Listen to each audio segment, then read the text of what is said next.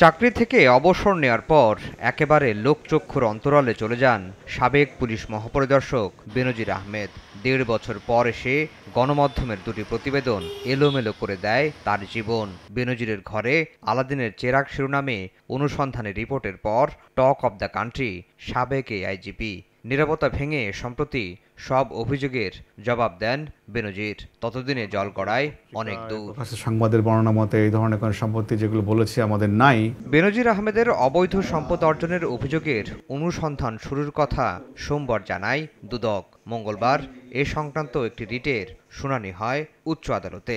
আমি আজকের এই দিনে শুনানিতে বেনজিরের দুর্নীতি নিয়ে গণমাধ্যমে আসা রিপোর্ট পড়ে শোনান রিটকারী আইনজীবী। সাবেক আইজিপির দুর্নীতির অনুসন্ধানে বিচার বিভাগের মনিটরিং চান তিনি। শুনানি শেষে 2 মাসের মধ্যে অনুসন্ধানের অগ্রগতি রিপোর্ট দাখিল করতে বলা হয় দুদককে। 1, 2, 3 ঢাকায় জমি জিতে নিন 100% ক্যাশব্যাক সহ 20 কোটি টাকার পুরস্কার। রিটকারী আইনজীবী বলছেন, তদন্ত যাতে ভিন্ন খাতে না নেয় সেজন্যই আদালতের নজরদারি দরকার।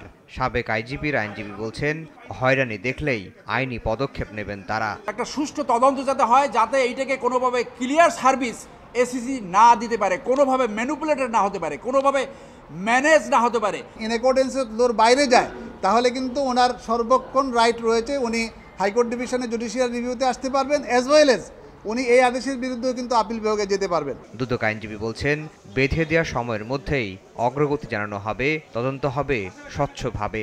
মানি লন্ডারিং, জ্ঞাত আয় বহির্ভূত সম্পদ, ক্ষমতার অপব্যবহার সবকিছুই কিন্তু আমাদের অফিস নোটে, অফিস রিপোর্টে বলা আছে। সরকারি চাকরিতে প্রবেশ ও অবসরের সময় সম্পদের হিসেব দেওয়ার আইন থাকলে দুর্নীতি কমতো বলেও মনে করেন উচ্চ আদালত। তার সারা জীবনের বেতন বা তার যে হিসাব সেখান থেকে হয়তো 10% মানে বেশ কম হতে পারে।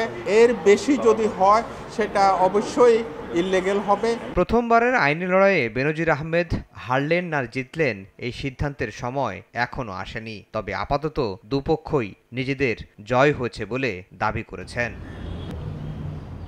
আফজাল হোসেন, সময় সংবাদ, ঢাকা।